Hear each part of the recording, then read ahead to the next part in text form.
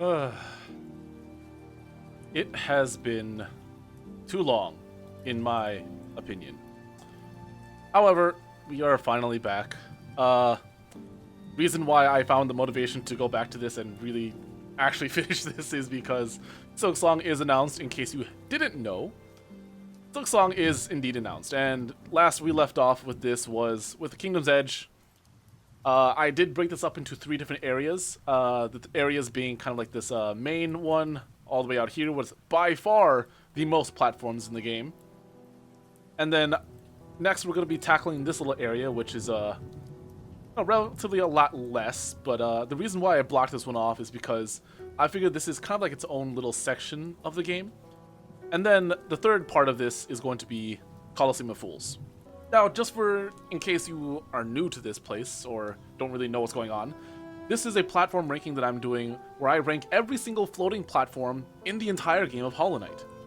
And what it means is a platform must be floating, not connected to any walls or ceilings or to the floor, but by definition, it can only have one walkable surface. So, as usual, as I do, an example, this is not an individual floating platform because it has multiple walkable surfaces.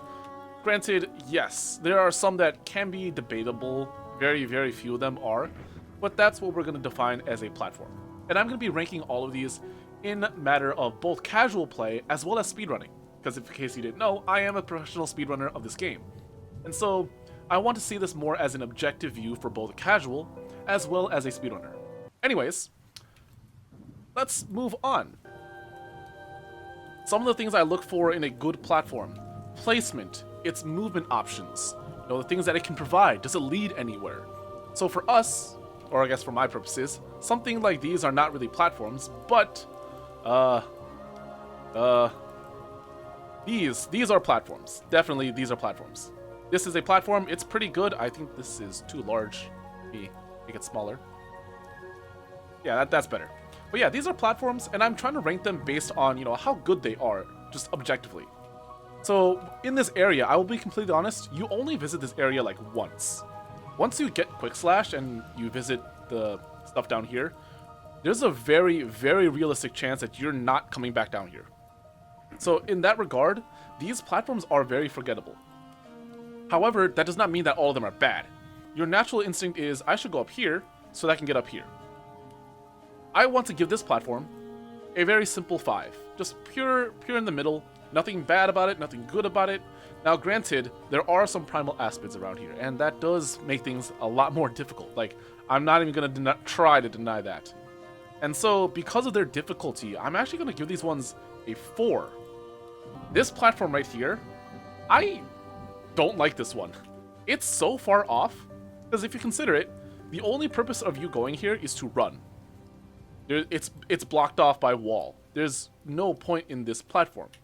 So other than trying to hide from these primal aspects, there's no point in this platform. So something like this, this is bad. I'm gonna give this one a 1.5, simply because its only purpose is so that you can run away. I can't even think of a good reason why you even go there in the first place, other than that. And so, there's not a whole lot left. I'm gonna deal with, I guess, yeah. Let's get the elephant out of the room. But first, I gotta open my green tea, my Arizona green tea. Not sponsored, by the way. Oh, delicious. Oh, Arizona, I love you. Anyways, these platforms. In case you don't know, there's this boss right here, and if you know almost anything about Hollow Knight, you'll recognize this boss as the most annoying boss, or by his actual name, Maroth. And his stage is objectively pretty good. This area, this section, is actually very nice. Unironically, it's pretty good. So, really, I'm actually gonna give these a 7. Except for this one. This one will probably get an 8, simply because it is in the middle. It does provide the most versatility. You can dodge, you can climb, you can run. But something that you might not know if you only know this guy is the most annoying boss, you have floor. That's not a privilege we get to have in the Pantheons. In his harder form, he doesn't have floor. You only have these 6 platforms. You don't have this middle one. So I'll deal about that later. You know, obviously we're gonna be ranking God Home as well, and I will be ranking every unique thing in God Home. But for the time being, Maroth's base stage is really nice. It's kind of fun, actually. Now, eventually, when I do put out the God Home ranking, you'll understand why it'll cut in half. But for the time being, this is good. I like this. This platform, to, you know, casuals and most players of the game, it's kind of lame, to say the least. I'm just gonna give this a 5.5. I think that is fitting. Now, this platform up here, this is an individual floating platform, one walkable surface. Pretty nice. It is pretty large. I like this one. I am willing to give this one a probably a 6.5. Definitely not pushing like this is really good status, but it is nice. Upon entering this next little area, there is some interesting stuff here. This platform right here is lovely. It is great. I give this one a 7.5. Not because of the difficulty spike with this Primal Aspid, but because the difficulty of the Primal Aspid is there, this platform is so nice. Like, imagine trying to have to do this little section with just pogoing, also with a Primal Aspid. At the very least, you can stand on this platform. But if you didn't have it, oh dude, like, that sucks. This platform though, I can't really necessarily say the same. I would probably give this one a 4 because it's kind of out of place. It feels almost as if it was like just placed there for not a whole lot of reason. Because if you think about it, there's spikes here, but you can also just jump from here and dash over here. And if you don't have dash at this point, I'm sorry, I'm amazed at how you got here. But if you should have dash. So really, this platform is just kind of there. Not a whole lot to say about it. So I feel like it's not really that great, per se, but it is, This one will probably get a, probably get a 4. It's pretty unmemorable, because its only purpose is to get you to this soul totem. That gives you soul when you hit it. But, I'm not even gonna lie, I kind of forgot this was there. I don't even use this platform. And then we have these two. This one, this square one, not great. I'm gonna give this one a 3.5. It just doesn't, again, kind of like this one down here, it feels out of place. It feels like it didn't need to be there. Other than, you know, just being there. So I feel like, not great, but it's not necessarily like terrible. It's just kind of, sure. And then from here on out is the Hornet fight. There are no more platforms in this area, but it is kind of cool to look at. And you might be thinking, oh, that was short. Yeah, but I did kind of lie about this one. All the way down, we have 3 platforms next to the biggest Geo chest / Geo rewards in the game.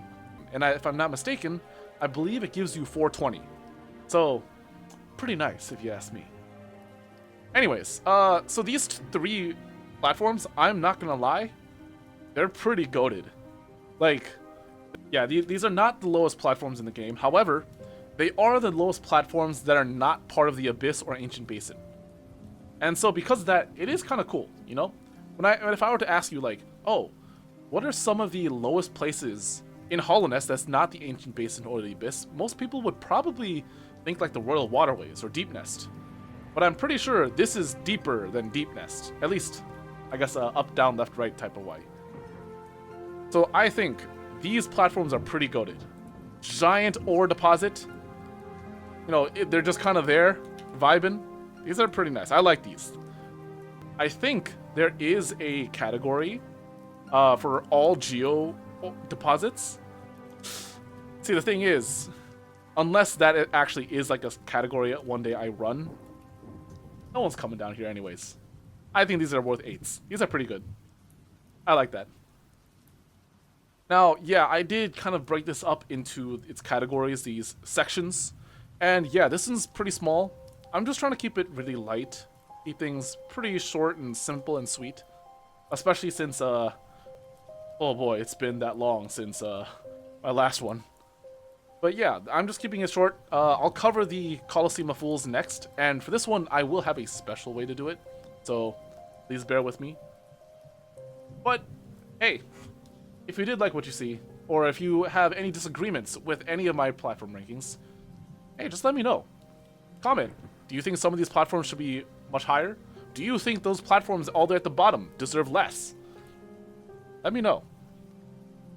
Anyways, I do want to finish this up before Silksong comes out, which is arguably still pretty likely. That being said, I've been Facade. I hope you had a good rest of your day or your night, depending on your availability. I will see you in the next one. Peace!